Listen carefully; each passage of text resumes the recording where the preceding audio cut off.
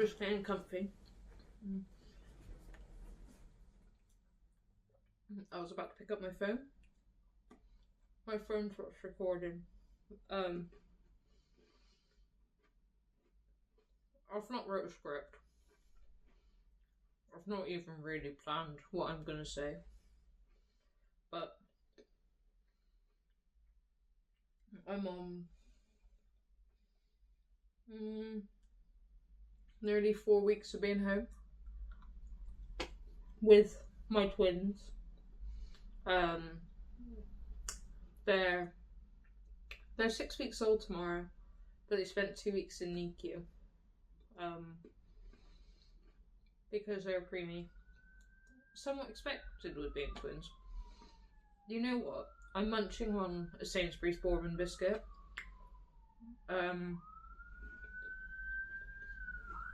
Apologies for talking with my mouth full. But I don't rate them.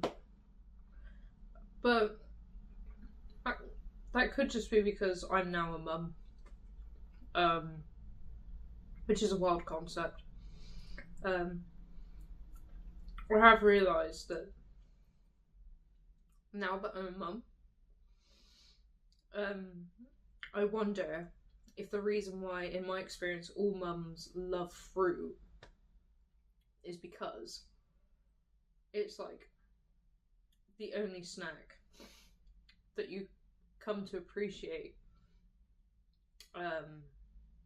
when you're at home with newborns, because it's tasty, it's instant, and it doesn't make you feel like pants.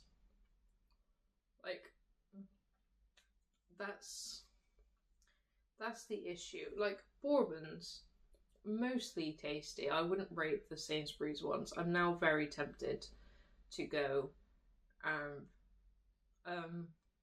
go to different shops and buy their bourbons and do almost like a tier list. I'm very tempted. But yeah, they're somewhat tasty. They are instant. However, they don't make you feel any better. They might give you like a almost instant gratification of like, that was yummy. I really enjoyed that. That's a nice treat for myself. And if that's the case, fantastic. I'm really glad that you gained that gratification. But like 10 minutes later, once you've forgotten about that immediate dopamine, it's over, yeah? Like, whereas at least fruit gives me some level of nutrients and kind of helps me keep going. So that's my little insight, that mums love fruit because it doesn't make you feel like pants. It's instant gratification. It's instant to make, and it's tasty. So yeah. Anyway, I mainly wanted to say that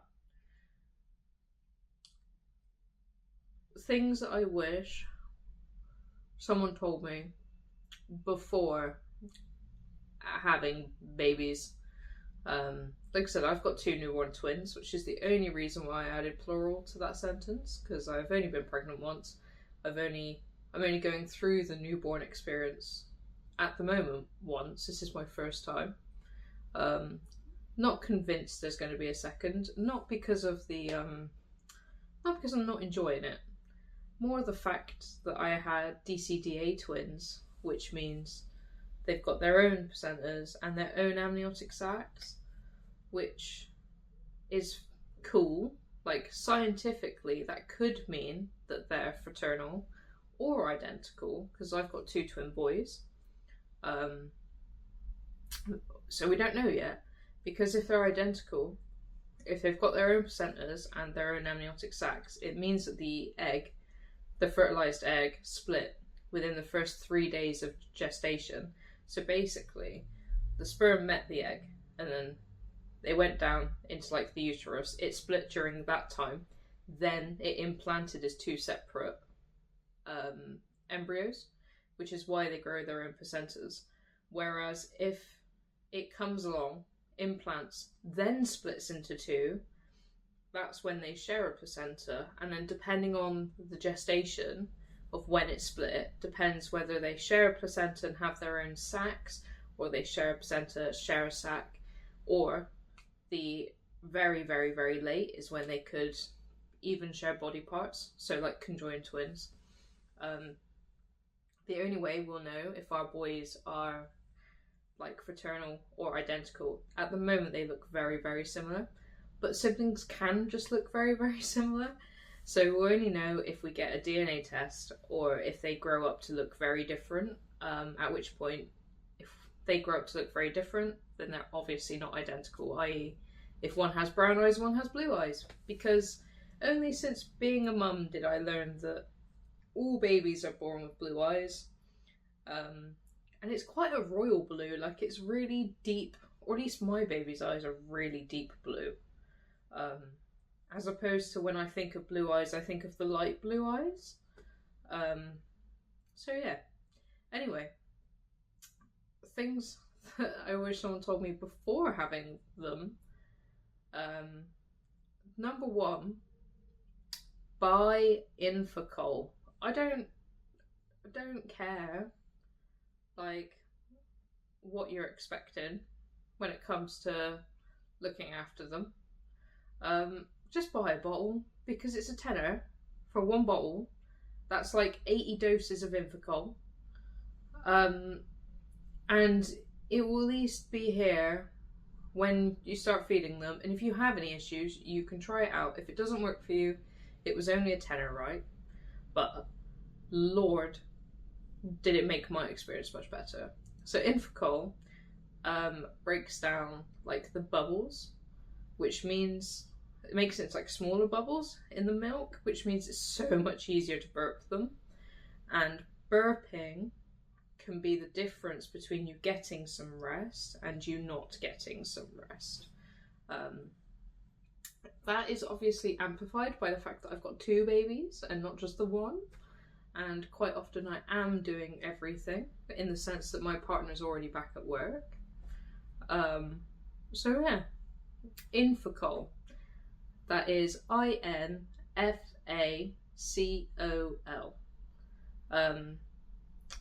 Number two, the next thing that I wish I kind of knew before I went to go buy it, if that makes sense. Calpol is only recommended, or like, I guess it is recommended, because technically I could give my babies Calpol right now, like nobody's physically stopping me. However, it's only recommended for 2 like plus months. So I didn't realise that until I went to buy it. My babies had caught a cold when they were only 4 weeks old. And because they were preemie, they weren't, their corrected age was still like 0, if that makes sense. So the corrected age is the age they would be if they were born at 40 weeks. So my two were born at 34 plus 4. So like basically you've got to take the 40 weeks. You take their age and then you minus the difference between when they were born and 40 weeks, and that's their corrected age. So at the moment, even though my babies are nearly 6 weeks old, they're actually only equivalent to 3 days old or 4 days old, 3 or 4 days old. My brain's mush, don't mind me. So yeah, but the Calpol would be, you know what, I don't actually know. So if you happen to have preemie babies, and you're thinking of using it, then to 100% get this checked out by a healthcare professional. I don't know if it goes from the corrected age or their birthday. I think it goes from their like normal birthday. The corrected age stuff only goes until they're 2 years old anyway, right? And like, there's a lot of things like sterilizing. you're supposed to sterilize everything for the first 6 months of their life. What's the difference between 5 months and 28 days, or 27 days, depending on what month it lands on, and 6 months and a day? Like, realistically, are they gonna, what's their immune system gonna gain between those times? I might also be wrong in that, but they might recommend to sterilize everything until they're 1 year old, as opposed to 6 months. But man, the sterilizing journey. Oh Lord. You gotta sterilize everything they come into contact with. Well, not really. But like their bottles. If you're bottle feeding, you have to sterilize. And which totally makes sense. Like I get it, but at the same time, if I was breastfeeding, I don't sterilize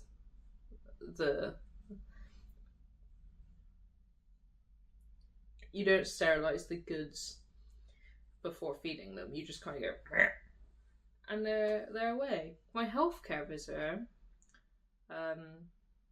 tried telling me that it's because after 5 minutes of breastfeeding, your body produces something that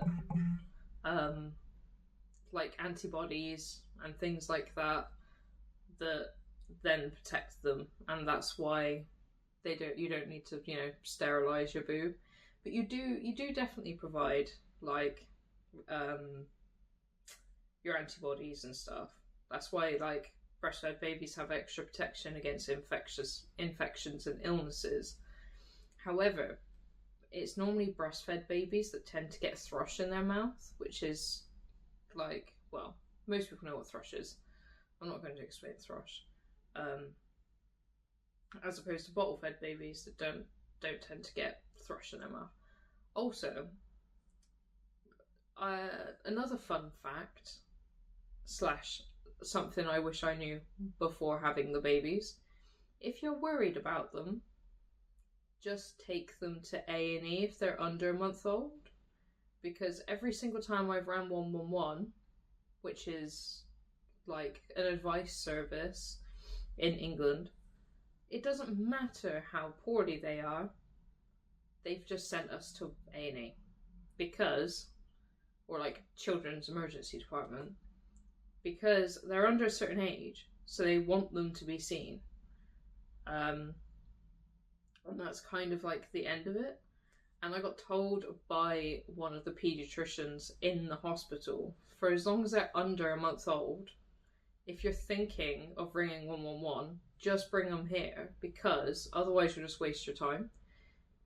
Because it takes however long for 111 to provide the advice.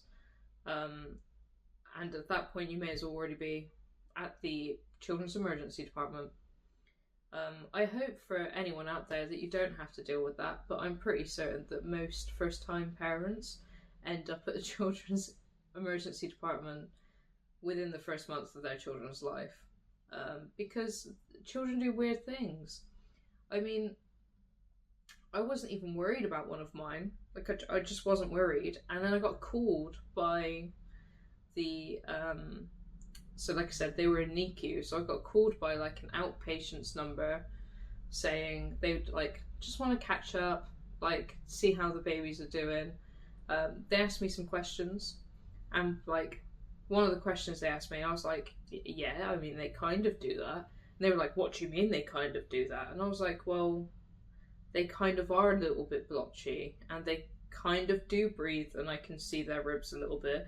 And they were like, yeah, no, they totally shouldn't be doing that. You need to go and get them checked out. And I was like, okay. Got them checked out, and the doctor was like, yeah, some babies are just a bit like this. And I was like, I wasn't even worried. It was because someone over the phone asked me a question that I responded to honestly, and then they were like, oh no, you need to get that checked out. And don't get me wrong, I'm glad I got it checked out, because I didn't realise that those things were potentially problems, and I now know where that kind of boundary is, as opposed to where it's kind of normal and where it's not. But it just felt a bit like I wasted. It feels a little bit like I wasted 5 to 6 hours of my evening that I could have been sleeping to be a better parent, whilst also wasting my partner's time that he should have been resting because he had work in the morning. And it's very odd because you go into like the emergency department and they're just like, yeah, look, they're fine. They're completely fine. Why were you worried? And you're like, I wasn't worried, because I'm not going to lie, you do kind of get a sense of what is worrying and what isn't. Obviously, if your child stops breathing, that's super worrying. I was very worried because one of ours, his breathing was a bit, I can't remember what the word is, but I called it ribby because you can kind of see his ribs. So it was a little bit ribby, but I wasn't worried about the amount it was ribby because the other one was the ribby one when we went to A&E previously. But his breathing had changed pattern. So instead of it being like, it was like,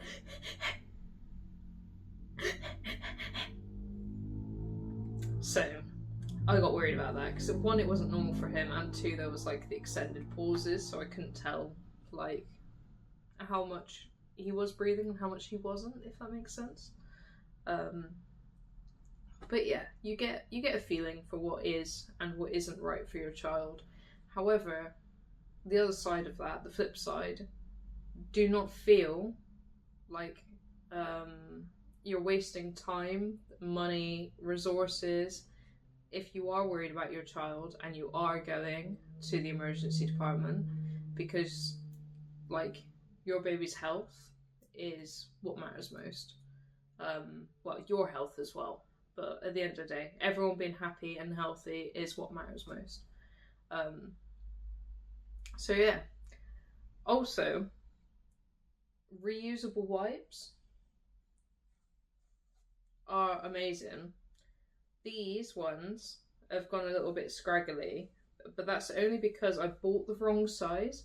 We've got these lovely tubs by a company called Cheeky Wipes that you put the fresh ones in one tub and they get wet, so it becomes like a wet wipe. And then there's another tub which is called the mucky tub, which is where you put the dirties and collect them before you wash them in your washing machine. They are fantastic. You do not need to dry them once they've been washed because all they're doing is becoming wet again anyway. So you don't need to dry them. Like I said, I bought some more online, but I accidentally bought the wrong size. So that's why I cut it, and because I didn't hem it, it's starting to like fray. But all I kind of do is now is just kind of check on it, and I'll almost retrim that back again, because I am a little bit worried about loose fibres because it can get like wrapped around their toes and fingers and stuff. But I do check their fingers and toes like every time I change the nappy. And depending on whether you've got a boy or a girl, it can also get caught around their winky. So that's another place to be mindful of for checking for hairs and like pieces of cotton and things like that. But reusable wipes are amazing. They're actually so much better than disposables. They're just a lot more sturdy, funny enough, because they have a thickness. For most toilet experiences, you just need one. Like even the big poos, you can often get away with just one. Sometimes I use two, just being a little bit frivolous. But at the end of the day, it's just going to get washed anyway. It's not going into a bin. So like the reusable aspect of them is fantastic. I don't really care if I use two. However, in most instances, I use less than the disposables. But going on to disposables, I have tried Boots, Aldi, and Tesco branded ones. Tesco, so far out of those three, are the best. I'm also tempted to do a tier list of disposable wet wipes because like I said, the Fred and Flo Tesco ones so far are the best. As you pull a wet wipe, only one come out of the packet. That has been driving me insane. Both Aldi and Boots are folded in the packet in such a way that every time I take a wet wipe out, it comes like with 3 or 4. And it feels like the, you know, like the magician with the flags coming out of the sleeve. It feels like that. Which, when you have a screaming baby underneath you because their bottom hurts because they've had a big poo and it's now burning, because poos often are a little bit like acidic, so it genuinely does irritate down there. But yeah, when they're screaming at you because they're uncomfortable, the last thing you want is to be like trying to deal with the never-ending flags. I just, personally, I'm not about that. But yeah. And then, so far, I've actually preferred Sainsbury's own nappies, even to Pampers. I've not tried Huggies. So, but Sainsbury's own is currently my go-to. I mean, I live right next to Sainsbury's, hence why. I haven't tried Sainsbury's own disposable wipes because we don't go through them quickly, and we got gifted most of the wipes. I bought the Boots ones myself as a backup because I already had the reusables. For things like out and about, the reusables come with like out and about bags, but disposables are much more convenient, especially if you're using disposable nappies and you have to dispose of them anyway, if that makes sense, because you've already got the nappy bag that you can put the disposable wipe in with the nappy in the nappy bag, for example. Whereas if they're using reusable nappies, it's kind of easier to just use the reusable wipes as well, because you have to take the nappy home to wash it anyway. So that's kind of how that works in my head. We have got reusable nappies. In fact, this is just a pile of laundry next to me. Your life becomes hectic, which everybody knew, so I don't need to be like, oh, things I wish I knew my life was going to be hectic. Nah, I knew that. I mean, the moment I found out I was pregnant, I knew that. The moment I found out I was pregnant with twins, double so. But yeah, this is a reusable nappy. They're great. In some areas, they offer like schemes for like getting like a certain amount of reusable nappies for free and like off. So in my area, my council do like a reusable nappy scheme, and because I have twins, I could do it twice. I actually got these second hand, so these aren't even the ones that I'm getting off of the council at a good price. I really like this brand though. I've tried a couple of different brands, and luckily the ones I'm getting off the council are the same brand. It's called Bambino Mio. Yeah, Bambino Mio. I must admit, I'm not using them loads at the moment because they like just fit on the smallest setting. But because they like just fit, the blowouts and the washing has been a bit on the intense side. I'm kind of excited and waiting for them to just like chunk up that extra half a kilo, and they'll be running in those. Do you know what I mean? I can just tell. Like, don't get me wrong, we'll still have the odd blowout and the odd poop explosion.